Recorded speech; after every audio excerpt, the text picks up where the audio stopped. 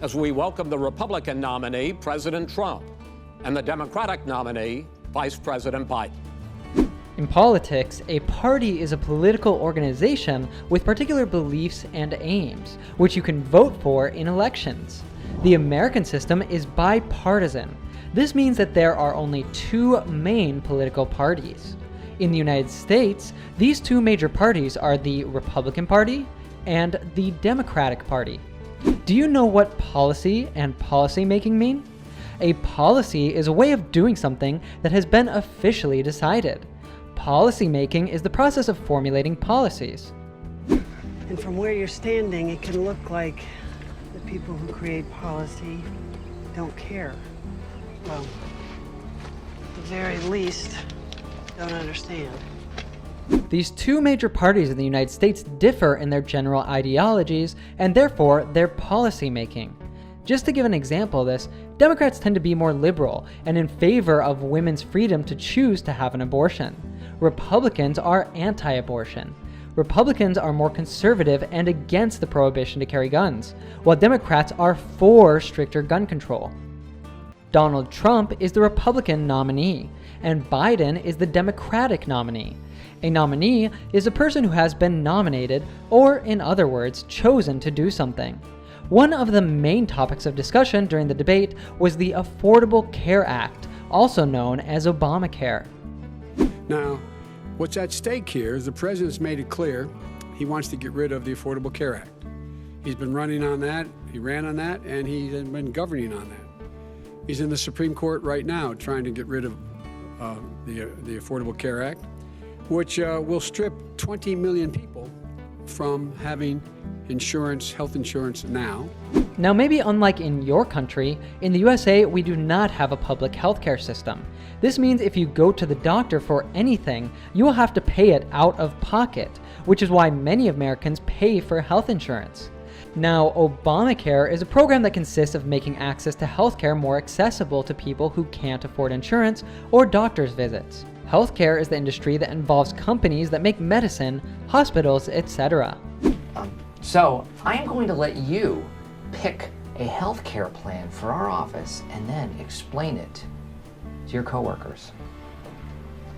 According to Biden, Trump has his reasons to get rid of or eliminate the Affordable Care Act or Obamacare.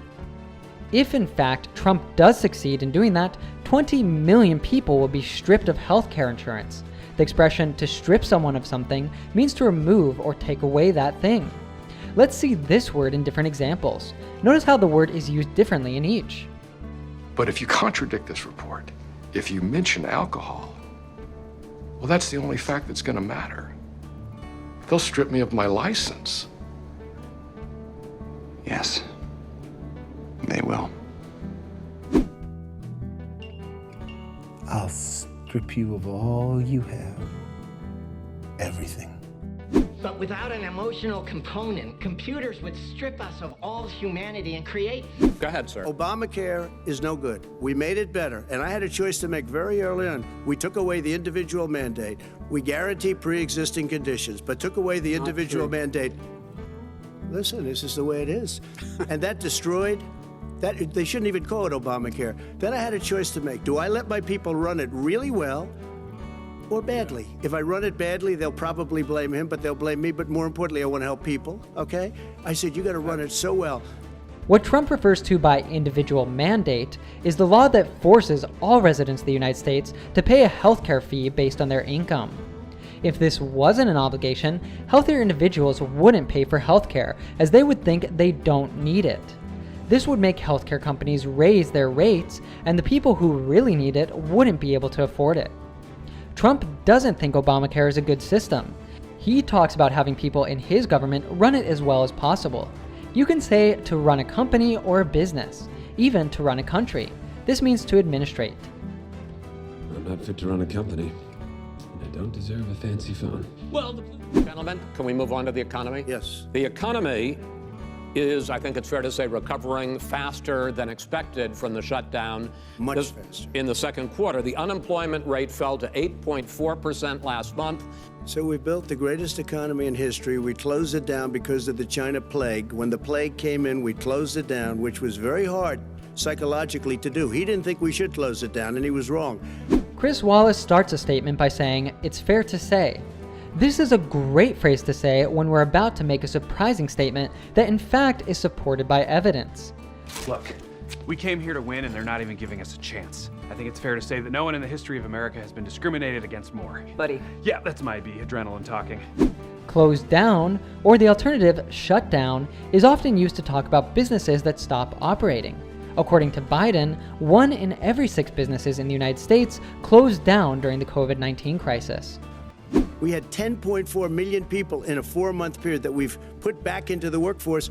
That's a record the likes of which nobody's ever seen before.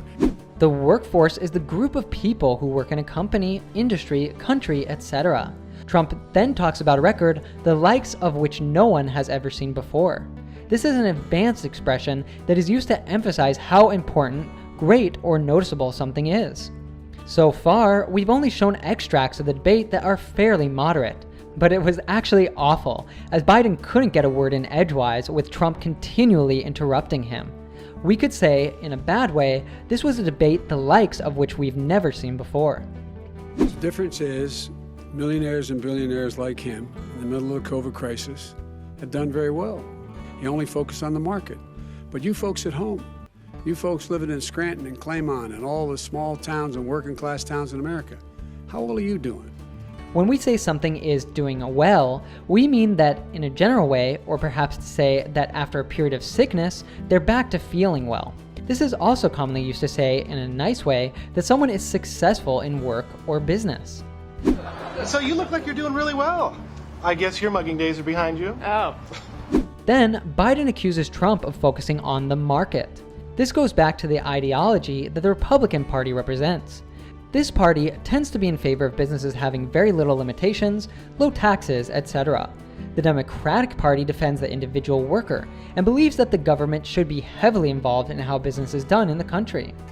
He has never done a single thing. As you might know, but probably don't. Gentlemen, you realize if you're both speaking at the same time. And it's too expensive. Joe, you're the I want to make sure. Graduated last in your class, not first in your class. You picked You'd be surprised. the wrong guy, the wrong night at the wrong time. Listen, you agreed with Here's the Bernie deal. Sanders to the The whole idea. Let him. I have to say, I've never seen a debate like this one. It was more of a brawl at times than it was a debate. There were tough words exchanged, and we heard Joe Biden say he's the worst president the country's ever had. And at one point, early in the debate, said, "Shut up, man." I think it's fair to say we broke new ground with presidential debates. Tough words were exchanged. This is a nice way to say that there were insults. Folks, absolutely folks, do you have any idea what this clown's doing? A brawl is an actual physical fight between two people or groups of people. Then she says that we've broken new grounds regarding presidential debates. By this, she means that for the first time, we've had a debate that has taken disrespect and disorganization to a new level. You can use this expression to describe something good, too. For example, scientists are breaking new grounds in their attempt to create a vaccine for COVID. Let's turn to you, Yamiche, first. The president was determined to have his say tonight, wasn't he? That's right, Judy. This was an all-out dogfight, a brawl. It was fierce. It was personal. And then he was on the defense as Joe Biden called him a clown, a racist, a liar, saying he was the worst president in the United States. In this debate, Trump was determined to have his say. If you want to have your say in something, you want to be a part of the final decision in something. To have a say in something is different, as this means to have the chance to express your opinion or say something. Example, the CEO lets his employees have a say in the future of the company. She then goes on to describe the debate as an all-out dogfight. A dogfight is a ferocious fight. We use all out to describe actions that are done in a very energetic way. Let's see how this word collocates with other words. Get you. Now you sabotage the project I'm in charge of? And thus began an all-out war between Barney and Marshall. What now? All-out assault on Maine. A fantastic lesson that you're going to laugh a ton with President Obama. In this last clip, this journalist talks about Trump's strategy to constantly interrupt the debate. Was he successful? Now, what he was able to do by the constant interrupting was to kind of get Joe Biden out of a groove. Joe Biden never was able to get into a comfortable, smooth place to make his case, but he didn't rattle him, I think, in the way that Trump and Trump advisors had hoped, where he would either say something completely terrible or melt down or lose his train of thought. She says the constant interrupting got Joe Biden out of the groove. We usually say this as to find your groove or get in the groove. When you do this, you perform an action very well. So, if Biden was out of his groove, he felt uncomfortable and couldn't say so many insightful things.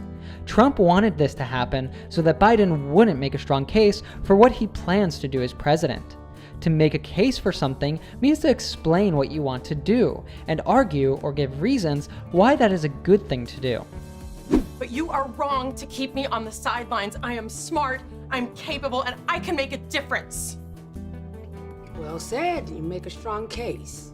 But he didn't rattle him, I think, in the way that Trump and Trump advisors had hoped, where he would either say something completely terrible or melt down or lose his train of thought.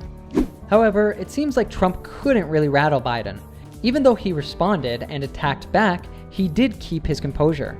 If you rattle someone, you make that person nervous, worried, or irritated. What's the matter? You look rattled. Rattled? I want to talk about babies. What? Look, I know you don't care about this stuff, but I'm about to become a mother. A meltdown or a breakdown is a situation in which a person has a complete loss of mental or emotional control. If someone has a meltdown, they collapse and cannot function normally. Biden didn't even lose his train of thought. This is an expression that means that all of a sudden you forgot something you wanted to say, or you feel your thoughts have become disorganized. What would you like to call it? I don't believe in labels. Would you consider yourself married? I'm losing my train of thought. Can you stay focused, please? When you're at home, can you run down to the kitchen in your underpants in the middle of the night if you're hungry? I mean, I could. I don't.